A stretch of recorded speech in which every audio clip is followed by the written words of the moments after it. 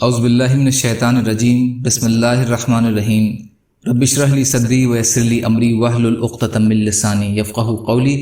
ریاض الصالحین دوسرا حصہ، احادیث نبی صلی اللہ علیہ وسلم۔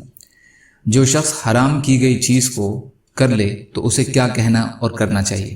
اللہ تعالیٰ نے فرمایا، اور اگر تمہیں شیطان کی چیر پھاڑ یعنی اللہ کی نافرمانی سے ابھارے تو اللہ سے پناہ طلب کرو۔ حامیم سجدہ آیت نمبر 36۔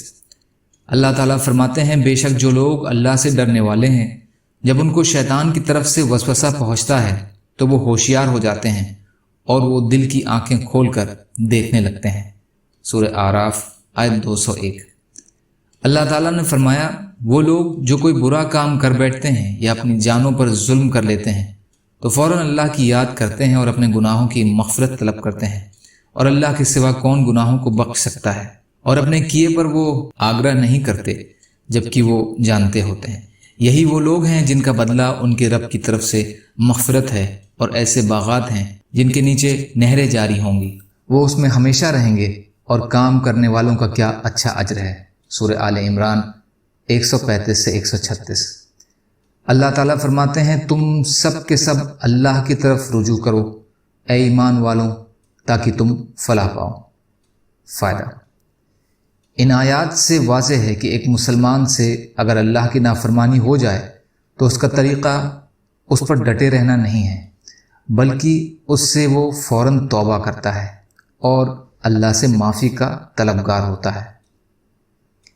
حضرت ابو ہریرہ رضی اللہ تعالی عنہ سے روایت ہے کہ نبی کریم صلی اللہ علیہ وسلم نے فرمایا، جس شخص نے قسم اٹھائی تو اپنی قسم میں کہا لات و عزیٰ کی قسم، تو اس کو چاہیے کہ وہ لا الہ الا اللہ پڑھ لے، اور جس نے اپنے ساتھی سے کہا آؤ جواں کھیلیں تو اس کو چاہیے کہ وہ صدقہ کرے۔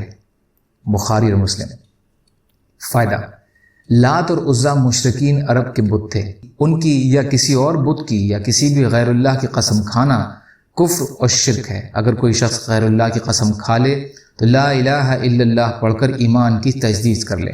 اسی طرح کسی اور گناہ کو کر لے تو اس کا کفارہ یہ ہے کہ توبہ کرے اور حسب توفیق صدقہ اور خیرات کا اہتمام کرے، اس لیے کہ نیکیاں برائیوں کو دور کر دیتی ہیں۔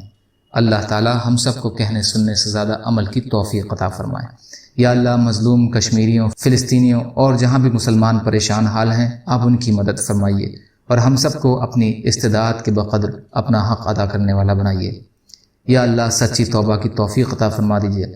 سبحانک اللہم بحمدک اشہد ان لا الہ الا انت استغفرک واتوب الیک برحمتک یا ارحم الراحمین۔ لا الہ الا اللہ محمد رسول اللہ۔ والسلام علیکم۔